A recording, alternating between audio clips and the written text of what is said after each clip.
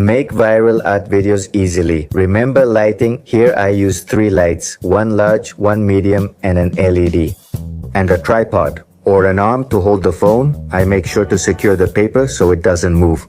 I start recording some clips, like for example opening a marker that I'm going to use, and then some clips of the drawing process. That way the video is more dynamic. Remember that one of the keys for a video to go viral is to keep the viewer's attention. That they keep watching the video for as long as possible, and if possible that they watch it all the way through. First, I'm going to show you how I record the videos and then how I edit them.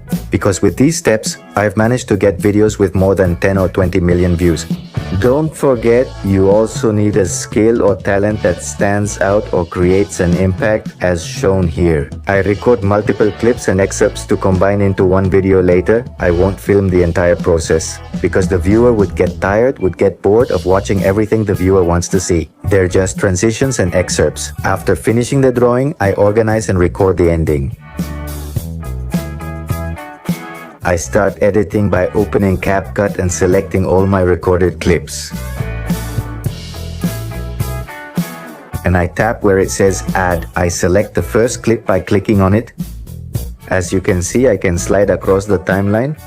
And what I'm going to do is select the part where I want the video to start and tap the option that says Split.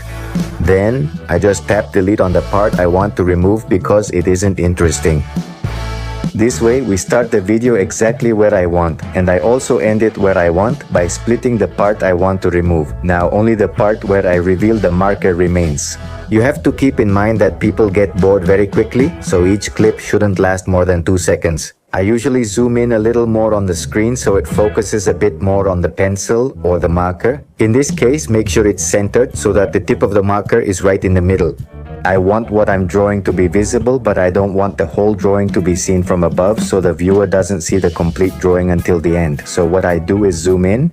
To avoid that, here I keep removing some sections so that only certain parts are visible. For example, every time I make a stroke, I trim it like that and create several clips from a single one. I'm about to do something important for my videos to make them more dynamic. I select a clip, delete the unwanted part, and click at the start of the clip. Here where this little triangle is this little square, what it does is add an anchor from an initial frame to a final frame. So at the beginning I add one and at the end another, and as you can see here I give it a bit of a spin, and I also zoom in a little so that from the beginning to the end you can see that movement. If you hit play, you'll see how it looks. These movements keep the user's attention, but since the clip is playing slowly, I'll select it. And where it says speed, here where it says normal, we click on it. And we can increase or decrease it. As you can see here, the clip increases. It goes down to 1.4 seconds, well, to 1.2 seconds. So we make the video a little faster, and now we do the same procedure with the other clips. We cut out the parts we're not interested in, delete them, and leave only the most interesting part or the part we want to focus on. We center the drawing properly and increase the speed a little, making sure each clip is no longer than 2 seconds.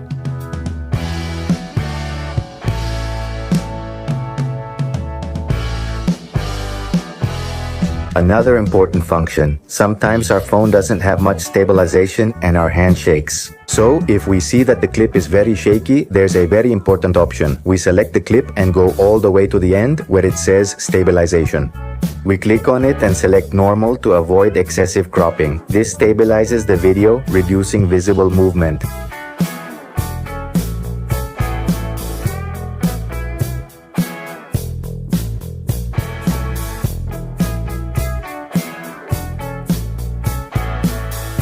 Another important thing, if the video has a lot of noise, it's better to mute everything. In this option, where a speaker icon appears, you mute all the videos.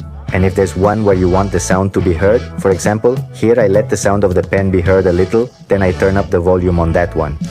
At the end, there's always a clip that CapCut adds automatically. You have to delete that one so the video looks a bit more professional. You can add free transitions with effects that appear. For example, I'll add this one at the end of the clip. It's like it fades out. You just have to click on that little box that appears with a line in the middle between both clips. After everything is organized, we can watch the preview, but we're not done yet. Like with a photo, we can retouch video by adding brightness. I always do this to make the video look better. We can adjust contrast, saturation, and more.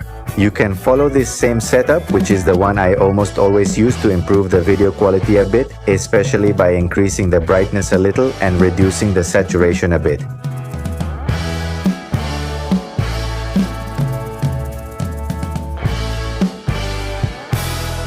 And it even has the option to sharpen a bit more so the video looks a little clearer.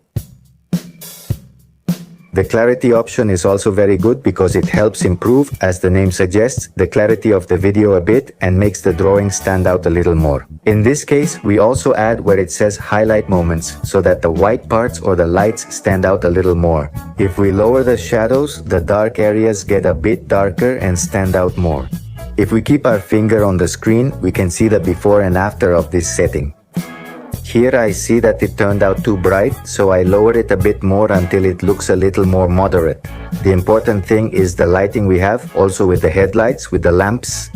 This improves video quality, which is crucial for a video's success. After finishing this adjustment, we can drag it to apply to all clips. To add audio, music or sound, we can click here where it says audio, but in this case, I'm going to use the record option to narrate something at the beginning, a hook graphic. So when people see our short or TikTok, they're immediately hooked and keep watching. One of the biggest secrets for a video to go viral or succeed is hooking viewers at the beginning. I created the world's easiest realistic drawing. I usually turn the volume of this audio, these narrations, almost all the way up since I add music later, and I want what I'm saying to stand out. I made the easiest realistic drawing in the world.